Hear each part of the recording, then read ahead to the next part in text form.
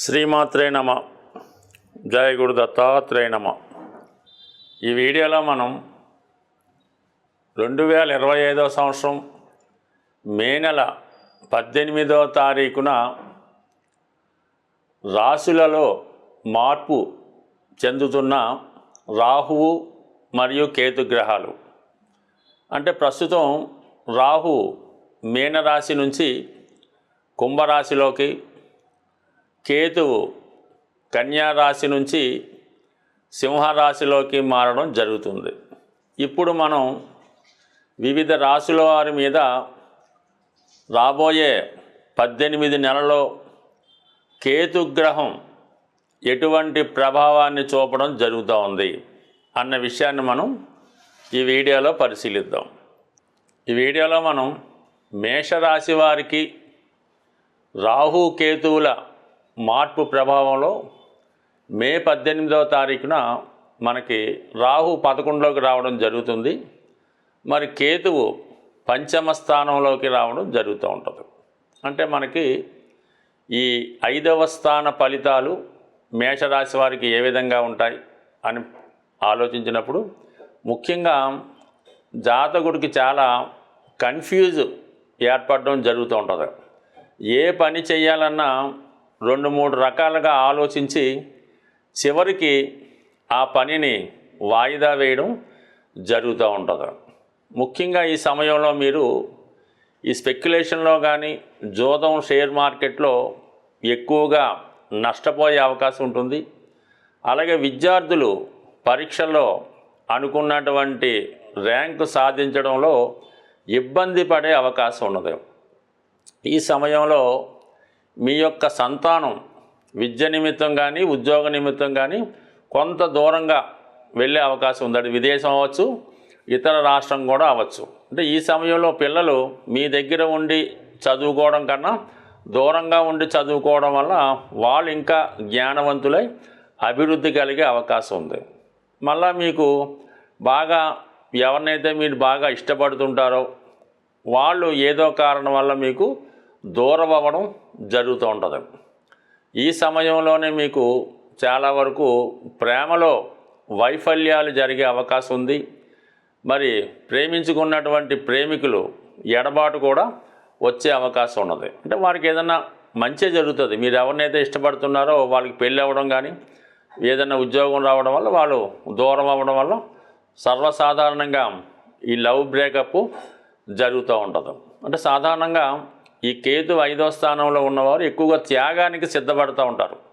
అందువల్ల ఎంత బాగా ఇష్టపడినప్పుడు కూడా అవతల అమ్మాయికో అబ్బాయికో మంచి అవకాశం వస్తుందంటే కామన్గా వీళ్ళు మరి దాన్ని త్యాగం చేసి ప్రేమించిన వారి యొక్క అభివృద్ధికి వారి యొక్క శ్రేయస్సు కోరుకొని కామ్గా ఉండి మంచి కావాలని కోరుకుంటూ ఉంటారు. అంటే నిజమైన ప్రేమ అన్నది ఈ పంచమ స్థానంలో కేతు ఉన్న వారి మీద ఎక్కువగా ఉండడం జరుగుతూ ఉంటుంది. ఈ సమయంలో ఉన్నత విద్య అభ్యసిస్తున్నవారు విద్యా సంబంధించిన విషయాలు కాకుండా ఇతర విషయాల మీద ఆసక్తి కలగడం జరుగుతూ ఉంటుంది. మీలో ఉన్నటువంటి నైపుణ్యానికి తెలివితేటలకి చాలా వరకు ఈ సమయంలో గుర్తింపు రావడం జరుగుతూ ఉంటుంది. మీరు ఒక సినిమా ఇండస్ట్రీలో ఉన్న, ఒక రచయితగా ఉన్న, ఒక సాఫ్ట్వేర్ రంగంలో ఉన్న మీరు కనిపెట్టినటువంటి కానీ మీరు తయారు చేసినటువంటి ప్రోడక్ట్కి మంచి వాల్యూ రావడం జరుగుతుంది. ఒకేసారి మీరు మీ యొక్క తెలివితేటల్ని మీ యొక్క విద్వత్తుని గుర్తించి ఒకేసారి మీ యొక్క నేమ్ అండ్ ఫేమ్ పెరిగే అవకాశం ఉంది. అంటే చాలామంది అంటారు, ఇంతకాలం బట్టి మీరు ఎక్కడున్నారండి, ఈ సమయంలో వచ్చారు, చాలా బాగా మనకు ఉపయోగపడడం జరిగింది అన్న విధంగా మీ యొక్క నేమ్ అండ్ ఫేమ్ పెరిగే అవకాశం ఉంది. అలాగే మీరు చాలా భవిష్యత్తుని ఊహించే విధంగా ఉంటారు. కాబట్టి మరి మీరు ఒక న్యాయవాదిగా ఉన్నా, ఒక టీచర్గా ఉన్నా, ఒక శాస్త్రజ్ఞుడిగా ఉన్నా, లేదంటే ఒక జ్యోతిష్కుడిగా ఉన్నా మరి భవిష్యత్తును ముందుగా ఊహించి వారి యొక్క కేసులు కానీ విద్యార్థుల్ని మంచి మార్గంలో నడిపించడం కానీ మీరు చెప్పింది కూడా జరిగే విధంగా అవకాశం ఉంది. అలాగే మీరు ఈ సమయంలో మీ ఇష్ట దేవతని కనుక్కొని ఆమెను ఆరాధించడం వల్ల కూడా లాభం కలుగుతుంది. అలాగే మీకు మంచి ఫాలోవర్స్ కానీ శిష్యులు కానీ ఏర్పడడం వల్ల మీరు ఏ రంగంలో ఉన్నప్పుడు కూడా మీ యొక్క శిష్యుల యొక్క అభివృద్ధి లేదంటే మీ సంతానం యొక్క అభివృద్ధి మీకు చాలా ఆనందాన్ని కలిగించే అవకాశం ఉంది. అయితే సంతానం కొరకు ఆశిస్తున్నటువంటి దంపతులు మాత్రం కంపల్సరిగా తగు విధమైనటువంటి జాగ్రత్తలు తీసుకోవాల్సి ఉంటుంది. అంటే ఈ సమయంలో మరి ఎవరైనా స్త్రీలు కన్సీవ్ అయ్యి ఉంటే వారు మరి డెలివరీ అయ్యేంత వరకు సరైనటువంటి వైద్య పర్యవేక్షణలో ఉండడం, లేదంటే ఏదైనా దైవారాధన సుబ్రహ్మణ్య స్వామిని పూజించుకోవడం వల్ల చక్కగా మీకు సత్సంతానం కలిగే అవకాశం ఉంటుంది. సాధారణంగా రాహు కేతువులు ఒక 180 డిగ్రీస్ యాంగిల్లో ఉంటూ రెండు ఒకేసారి రాశులు మారడం జరుగుతూ ఉంటుంది. అంటే ఇప్పుడు రాహు కేతువు రెండు గ్రహాలు ఒకసారి మారినప్పటికి కూడా రాహు ఏ భావంలో ఉంటాడో ఆ భావం యొక్క ఫలితాల్ని ఎక్స్పాండ్ చేయడం జరుగుతూ ఉంటుంది. అయితే కేతువు ఏ భావంలో ఉంటే ఆ భావ ఫలితాలని తగ్గించడం జరుగుతూ ఉంటుంది. అంటే కేతువు జ్ఞానకారకుడు, వైరాగ్యకారకుడు, అలాగే బ్రహ్మచర్యానికి కారకుడు. ఏదైనా త్యాగానికి సిద్ధంగా ఉండే గ్రహం కేతు గ్రహం కాబట్టి సాధారణంగా కేతువు హృదయంతో ఆలోచించడం జరుగుతూ ఉంటుంది. అంటే రాహు హెడ్, అందుకని రాహుకి ప్రపంచంలో అన్నీ తనకే కావాలని, సంపద అంతా తన సొంతమే కావాలని, తను మాత్రమే బాగుండాలని రాహు ఆలోచన ఉంటుంది. రాహు అంటే కేవలం తల, అది ఆకాశం నుంచి భూమిలోకి, అంటే భూమిలో ఉన్నటువంటి తన దేహం కోసం చూస్తూ ఈ ప్రపంచంలో ఉన్నటువంటి కోరికలన్నీ తనకు కావాలని కోరుకుంటాడు రాహు. అందుకే రాహు ప్రభావం ఉన్నటువంటి జాతకులు అనేక అనైతిక అక్రమ మార్గాల ద్వారా ధనాన్ని సంపాదించడం జరుగుతూ ఉంటుంది. మరి కేతు అలా కాదు. కేతు కేవలం మొండె భాగం మాత్రమే, అంటే తల లేకుండా కేవలం మొండెం మాత్రమే ఉంటుంది. మరి కేతువు ఆకాశం వంక చూడటం వల్ల జ్ఞానకారకుడు, వైరాగ్యకారకుడు అవుతూ ఉంటాడు. ఏ కోరిక, ఏ వ్యామోహం ఉండదు. మరి అందరూ బాగుండాలి, అందరూ క్షేమంగా ఉండాలి అన్నటువంటి ఆలోచనతో రాహు కేతు ఉండడం జరుగుతుంది. దాని తర్వాత ఏంటంటే కేతువు ఏ భావంలో ఉంటే ఆ భావం మీద వ్యామోహాన్ని, కోరికని తగ్గించడం జరుగుతూ ఉంటుంది. మరి ఈ విధంగా ఈ రాహు కేతువులు మార్పు చెందడం వల్ల మరి వివిధ రాశుల వారి మీద కేతువు యొక్క ప్రభావం ఏ విధంగా ఉంటుంది అన్నది పరిశీలిద్దాం. సాధారణంగా కేతువు విఘ్నేశ్వరుడు యొక్క ప్రతిరూపంగా చెప్పడం జరుగుతూ ఉంటుంది. అందువలన ఈ కేతువు ఏ రాశిలో ఉంటే ఆ రాశికి సంబంధించిన ఫలితాలు మనకు కావాలంటే ఎక్కువగా విఘ్నేశ్వరుని ఆరాధించడం వల్ల, అలాగే కొత్త విషయాలు తెలుసుకోవాలన్నా, మనలో ఉన్నటువంటి జ్ఞానాన్ని పెంచుకోవాలన్నా, విజ్ఞాన సంపద పెరగాలన్నా కేతువు యొక్క ఆశీస్సులు తప్పక ఉండవలసిందే. అయితే రాహు కేతువు రెండు ఎదురెదురు రాశుల్లో ఉండడం వల్ల కంపల్సరిగా వీళ్ళిద్దరి ప్రభావం కలిపే వివిధ రాశుల మీద రావడం జరుగుతుంటుంది.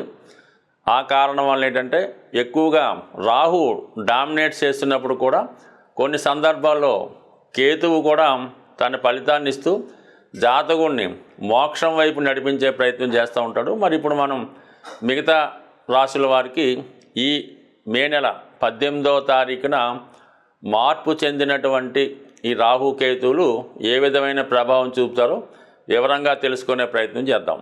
కేతుగ్రహం మనకి సంపూర్ణంగా సహకరించాలంటే మరి విఘ్నేశ్వరుడి యొక్క ఆరాధన వల్ల మనకి కేతువు సంతృప్తి చెందడం జరుగుతూ ఉంటుంది. అందుకని కంపల్సరిగా ఈ కేతువు పెట్టినటువంటి ఇబ్బందులు నుంచి, అంటే కేతువు ఇబ్బందులే ఉంది, ఏ పని ప్రారంభించినా మధ్యలో ఆగుతుంటుంది. మనం ఒక ప్రయత్నం కోసం వెళ్తే వేరే ప్రయత్నం జరుగుతూ ఉంటుంది.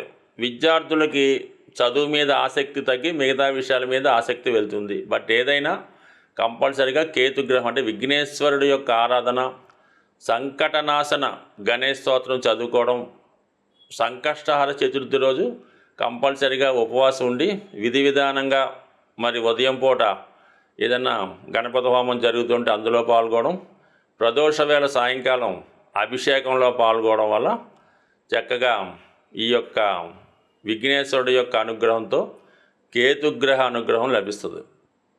సింపుల్గా ఏంటంటే ఆదివారం కానీ మంగళవారం కానీ ఎండు ఖర్జూరం అన్నది ఒక 7 ఎండు ఖర్జూరాలు, అలాగే ఒక చిల్లర నాణం 10 రూపాయలదో 20 రూపాయల నాణ్యం తీసుకొని మరి అలాగే ఒక 7 మంది సాధువులకి, అక్కడ అంటే సాధువులు అంటే మామూలుగా అక్కడ టెంపుల్ దగ్గర ఉన్నటువంటి ఈ కాషాయ రంగు ధరించిన వాళ్ళకి ఒక 7గురికి డొనేట్ చేయడం వల్ల మనకి కేతుగ్రహ అనుగ్రహం లభిస్తుంది. ఎక్కువగా డ్రై ఫ్రూట్స్ మరి మీరు ఆహారంగా తీసుకున్నా, అదే దేవాలయంలో స్వామికి ప్రసాదంగా నైవేద్యంగా సమర్పించిన కేతుగ్రహ అనుగ్రహం లభించే అవకాశం ఉంది. అంటే పిల్లల యొక్క చదువు తరచూ ఇబ్బంది పడుతుంది, కళలో మనకి పెద్దవాళ్ళు మరణించిన వారు కళలో కనబడుతున్నారు అనుకున్నప్పుడు ఈ పిల్లులు ఉంటాయి కదా, దానికి చక్కగా పాలు నైవేద్యం అని కాదు, పిల్లులకి పాలు పెట్టడం వల్ల ఈ కేతుగ్రహ దోషం పరిహారం అవుతుంటుంది. అంటే సాధారణంగా పిల్లులకి మరి ఈ ఆత్మలు అవి కనబడుతుంటాయని చెప్తూ ఉంటారు. అది శాస్త్రాల్లో చదవడం తప్ప మనకైతే తెలియదు. కానీ సో ఏదైనా మనం గమనించినప్పుడు అర్థమవుతుంటుంది. ఇంట్లో మన పెంపుడు కుక్కకి ఈ పిల్లులకి కంపల్సరిగా చనిపోయిన వారి యొక్క ఆత్మలు కనబడుతూ ఉంటాయి. ఒక విధంగా కేతువు కూడా ఆత్మ లాంటిదే కాబట్టి ఈ పిల్లులకి పాలు పోయడం వల్ల కూడా కేతుగ్రహ సంపూర్ణ అనుగ్రహం లభిస్తుంది.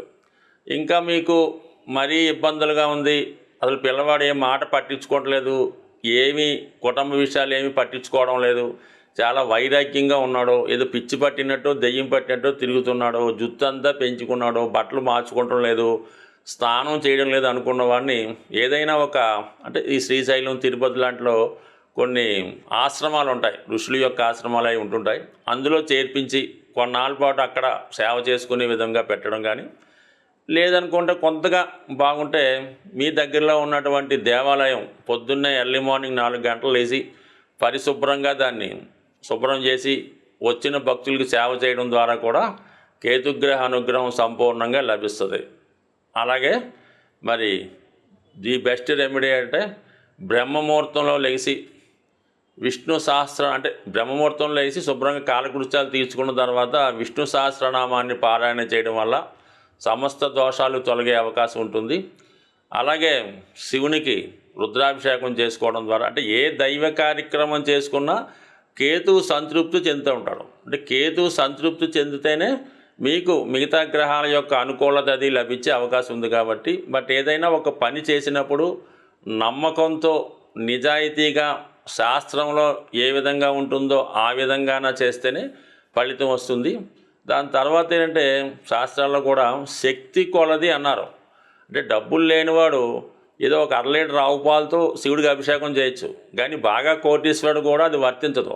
అతని స్థాయికి తగ్గట్టుగా అతను అభిషేకం చేయించుకుంటేనే అతనికి ఆ ఫలితం వస్తుంది తప్ప అందరికీ ఒకే నియమం అయితే ఉండదు. కానీ పెద్దలు ఎన్ని చెప్పినా మన శక్తి కొలది ఆ పరిహారం చేసినప్పుడు, దేవుని పూజ చేసినప్పుడు ఆ ఫలితం మనకు దక్కుతుంది. కాబట్టి మరి సాధ్యమైనంత వరకు మీకు ఎంతవరకు సాధ్యమవుతుందో అంతవరకు చేయడం వల్ల మనకి ఈ గ్రహశాంతి జరిగి అనుకున్న ఫలితం రావడం జరుగుతూ ఉంటుంది. స్వస్తి.